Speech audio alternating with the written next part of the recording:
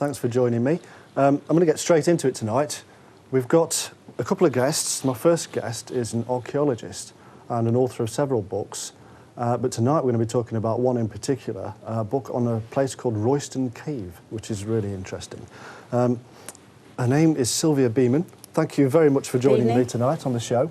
Now, you're also the founding member of a certain society as well, which is quite relevant. Yes, that's right. I'm the founder of the society called Subterranea Britannica, and this is the British one. But in actual fact, we liaise with other groups on the continent, also now into Russia and Eastern Europe. Right. And in your book, Royston Cave, used by saints or sinners. Yes.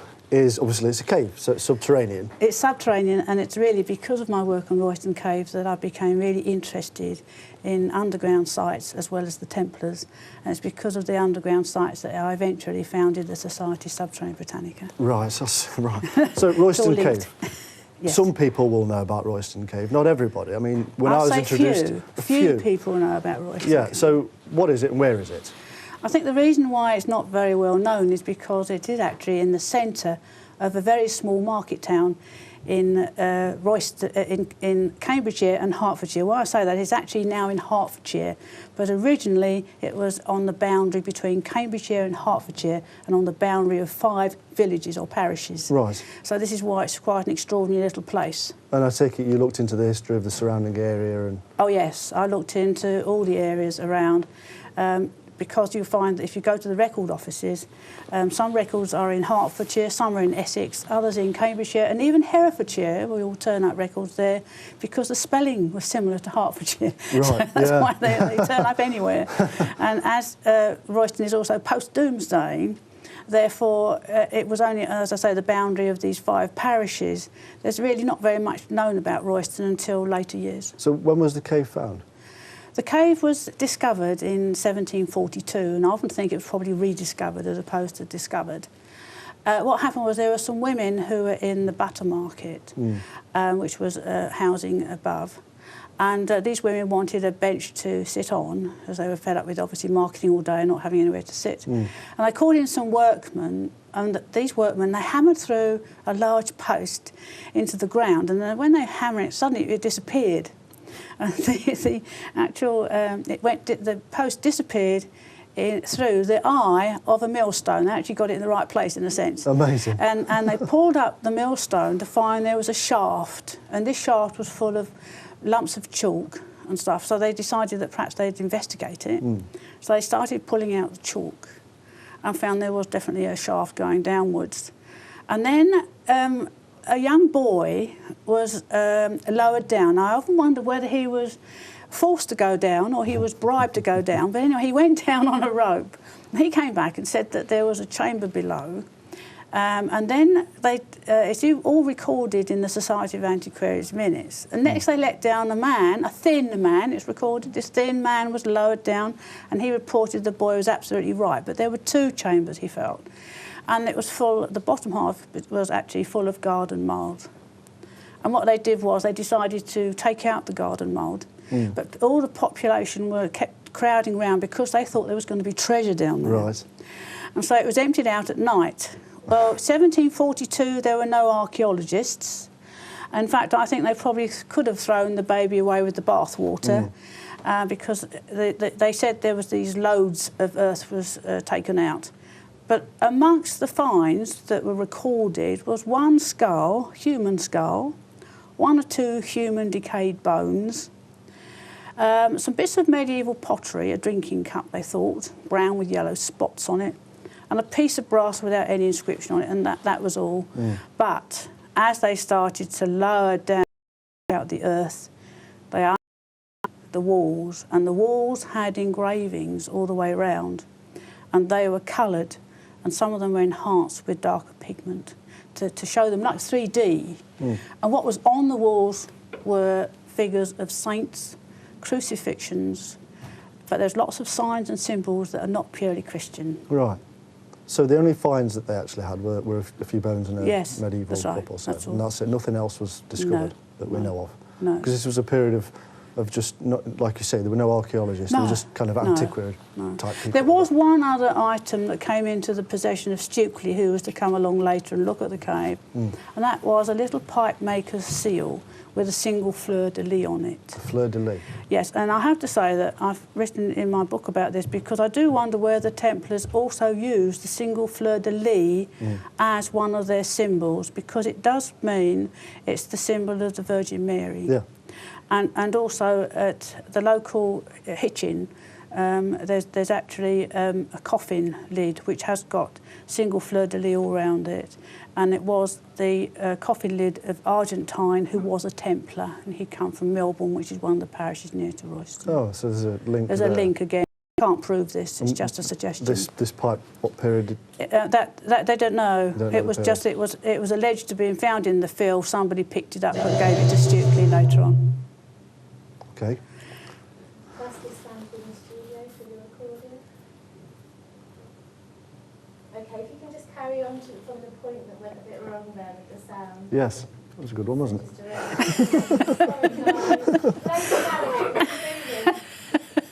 Okay. Where were we up to? Okay, so how old do you think that this cave could possibly be then? I mean, you know, that humans used it, or was it hacked out? Was it natural?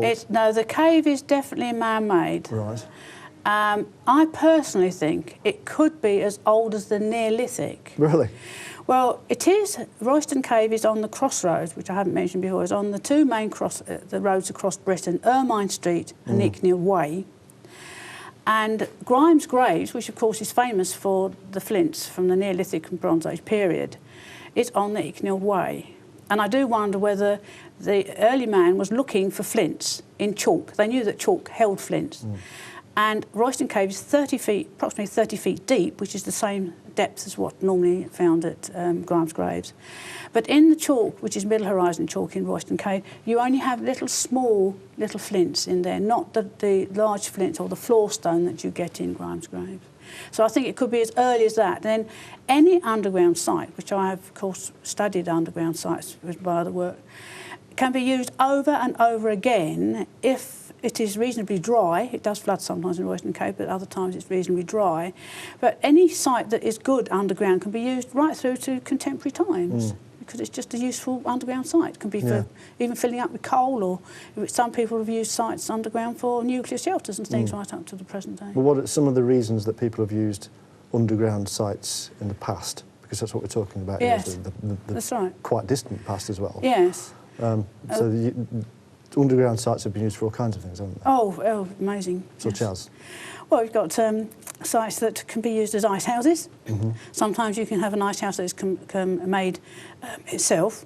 Sometimes you can have an ice house that's been adapted inside even an old, a natural cave. You'd rarely use you'd rarely put symbols of religious significance in an ice house, wouldn't you? No, exactly. But in the Royston Cave, I think it has had several uses. So, in fact, it was Parkin's work. There were three men who wrote about the cave before I came along: Stukely, Parkin, and Beldam. And Beldam, in particular, he was looking at it in the mid-1800s.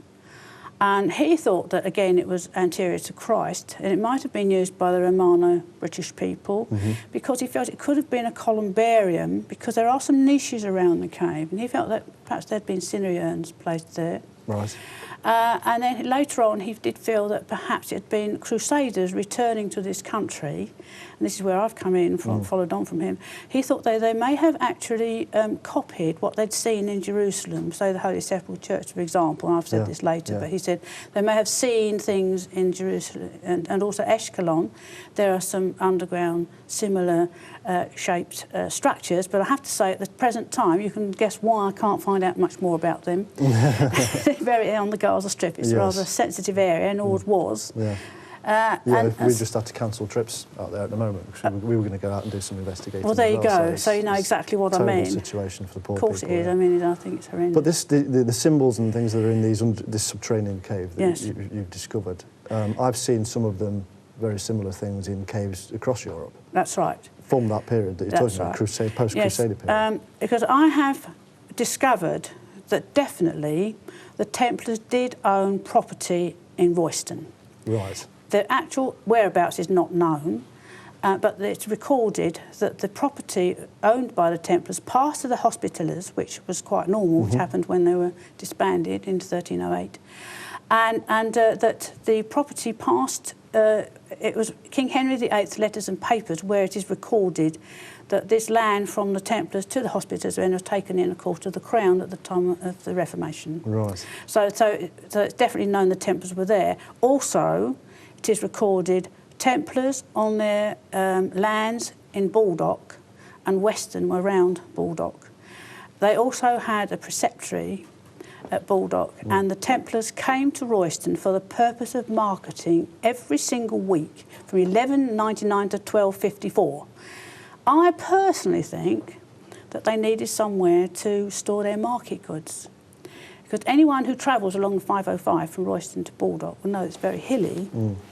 The day marketing was normally 6 miles walking. The marketing, when you say marketing, most people in the modern world will think of, you know, TV adverts and commercials. We're talking selling goods at trade, yes. at market. See, Royston still has a market, so this is why I'm a bit prejudiced in favour of this. A market used to be where people had stalls and then they sold their goods. And the Templars actually came along and sold things at markets? Yes. What kind of things did the Templars sell? Was butter, cheese, wine from their vineyards. They even had vineyards at Weston, which is quite close to Royston, of course, at Baldock, and leather goods, and also corn and things like this, so that it was a proper market there.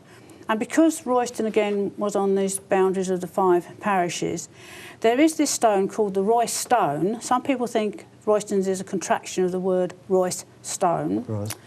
And it did have a cross in it, so it was like a market cross. But that could have been originally a marker stone. And that's where you get the word sometimes market from, a marker stone, because that's where people gathered together to exchange goods.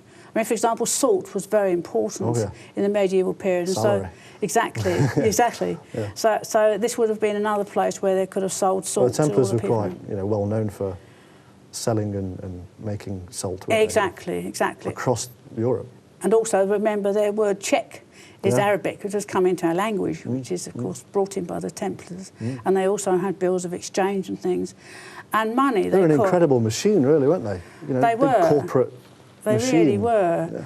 And I have also suggested that maybe, because the people in Royston were so keen that there might have been treasure underground when the cave was originally opened, I wonder if there had been rumours that there had been perhaps money held in Royston somewhere, because the Templars did take up and down the country hoards of money, and for the Crown, and it might have been a safe house as well, because I think they used the top half of the cave probably for storing the market goods, and then they constructed, or either the cave always was as deep as it was, about 18 feet deep and 18 feet in diameter, but I think the bottom area was created as an oratory for the Templars themselves, and that's why I think most of the engravings have actually been done by Templars. What's an oratory? Oratory is another word for a small little wayside chapel. Right. And do the symbols that are within the cave back that up at all? Yes, they do. Right. So let's talk a bit about the symbols. Yes. Well, one of the main symbols is called the Hebraic Quaph, Q-U-A-P-H, which is like what I call is an axe with a loop over the top. And that appears in the cave 3 times. A little bit like an ankh? Yes. No, the ankh's the other way. So this is a cross? Cross with a loop over the top. OK. Yes. Do we have a picture of it at all? Yes. Which page is it? Oh, gosh. We don't know? No. OK, not to worry. No. So it's a cross with a loop over the top. And why is that important? Because it means it's a dichotomy of the Templars. The French have said this. It's because you've got the temporal and spiritual together, and they're linked together in the cross. Right. And a good description of the Templars is that they were monks of war, because they were a religious faction and they were also a military faction. And so this links the two together. And you've got it, as I say, it appears on the cave, but it also appears in the Château de Chinon, in the Tour de Coudray, on their wall where it is attributed Templar graffiti. I mean, it's not proven, but it's very close, and I've seen it elsewhere as well. So that's one particular symbol, and there's plenty more symbols to go through in this and cave. Also, the main altar in the little Royston cave is on the west, and in our country, all altars should be on the east. That's very interesting. Yes, and you have to remember that in the Holy Sepulchre Church, which was the mother church of the Templars, on the western apse is the main altar. And that's because if you're in Jerusalem, which was known as the centre of the earth for religious purposes, you can have your altar any which way because you're there. So if the cave was an emulation of the Holy Sepulchre Church, then I feel that this is one of the reasons why the main altar is on the west. That's fascinating. Yes, and you've also got crucifixion scenes and saints, St Christopher, St Catherine. Well, we'll go St. through a Lawrence. few more of the symbols after the break. Yes, all right. But it's fascinating. I mean, west and east, for those people who don't realise, Yes. we have the rising sun and the setting sun, Yes. which is really quite important. But Exactly. we'll get back to this more after the break. Thank you.